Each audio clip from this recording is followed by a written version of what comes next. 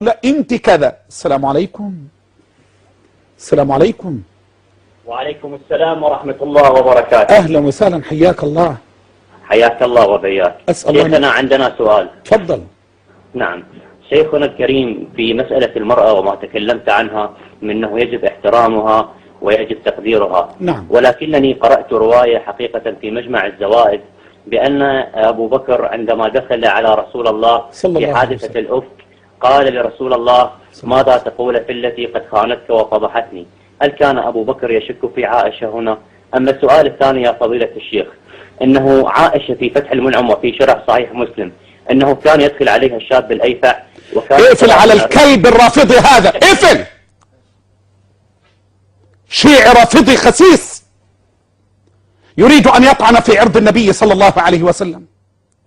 هذا المجرم يريد أن يقول بأن عائشة اتهمت من قبل أبيها.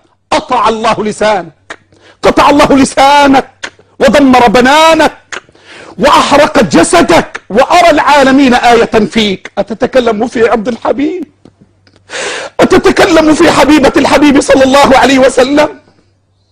أتطعن في أم المؤمنين الطاهرة المبرأة من فوق 7 سماوات، والذي برأها هو ملك الملوك ورب الأرباب. أتطعن في التي مات النبي صلى الله عليه وسلم بين نحرها وصدرها.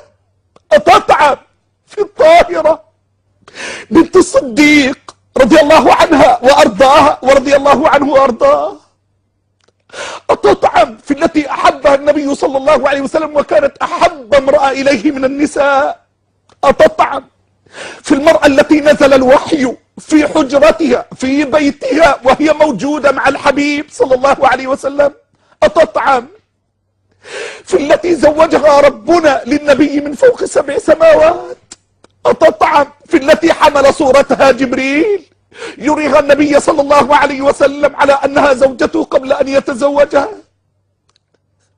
أتطعن في أشرف مخلوقة وهي زوجه في الدنيا وزوجه في الآخرة. أتطعن في عرض الحبيب صلى الله عليه وسلم وتقول أنها كانت تدخل الشباب كذا، أي للفاحشة عندها. أسأل الله أن يحرق جسدك، أسأل الله أن يدمر بنانك، أسأل الله أن يمزق صفك، أسأل الله أن يبتليك في عرضك وفي نفسك. أتتكلم في عرض الحبيب؟ أسأل الله جل وعلا أن يعافينا من سماع صوتك.